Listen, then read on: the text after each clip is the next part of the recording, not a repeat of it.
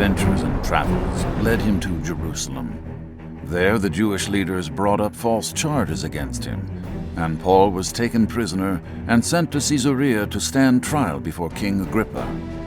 Although King Agrippa found that Paul had committed no crime, because he was a Roman citizen and had appealed to the Roman emperor, Paul was sent to Rome. Under the watchful eyes of Julius, a Roman officer, Paul and a number of other prisoners boarded a large sailing ship that would carry them to many port cities on the long journey to Rome. Once aboard the ship, Paul was led on a winding journey that took him from Caesarea to Sidon, to Myra, to Cnidus, and then around the island of Crete, where they docked at a place called Fair Havens. Getting to Fair Havens had been a long and difficult journey. Winter was approaching, bringing with it dangerous weather and sailing conditions. Paul pleaded with the sailors and officers to stay on Crete. Paul warned them, "Continuing this journey will bring disaster to our ship, cargo, and our own lives. We should remain here."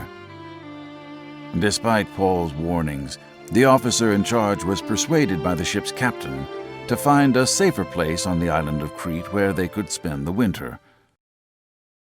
Soon after they set sail, what was a gentle breeze turned into hurricane-force winds that blew their ship far off course and out into the open sea.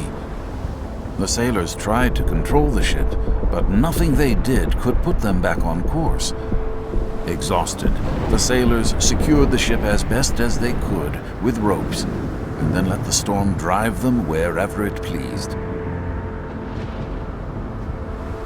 For many days, the ship sailed on raging seas under the black skies of the storm that blotted out the sun and the stars.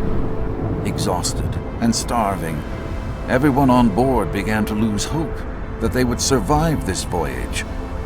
All except for Paul. Paul stood in front of the crew and passengers and said, "Men, you should have listened to me and not left Crete. But take courage. God's angel came to me last night and said that the ship will be destroyed, but all of us will survive. Even though we will be shipwrecked, God will save us." Finally, after 14 nights of fear and misery, the sailors sensed that the ship was approaching land. By measuring the water's depth, the sailors were able to tell that they were getting closer. They dropped the ship's anchors, hoping that they would stop before crashing against the rocks.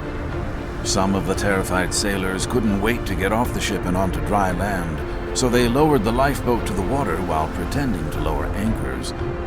Paul told a Roman officer what was happening and warned, "Unless we all stay on this boat, you won't survive." Hearing this, the officer cut the lifeboat loose, and it fell away.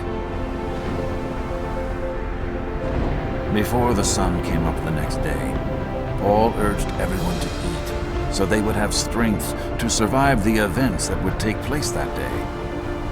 Everyone on board knew that their voyage would end with a shipwreck.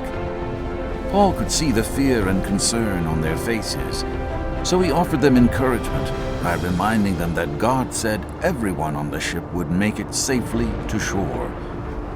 Paul then took some bread and gave thanks to God in front of the crew and passengers. He broke it into pieces and then began to eat. Everyone on board ate until they were full, and they were strengthened and encouraged. At daylight, the sailors decided to run the ship aground. They cut away the anchors and aimed the ship for the beach. The ship slammed into a sandbar that was still a bit off the island shore. The ship wouldn't budge out of the sand, and the waves began to smash what was left of the ship into pieces. The Roman soldiers wanted to kill the prisoners to stop them from swimming away and escaping. But one soldier, who wanted to spare Paul's life, stopped the others from carrying out their plan. Some prisoners jumped overboard and swam ashore, while others survived by clinging to broken pieces of ship. In the end, everyone made it safely ashore on the island of Malta.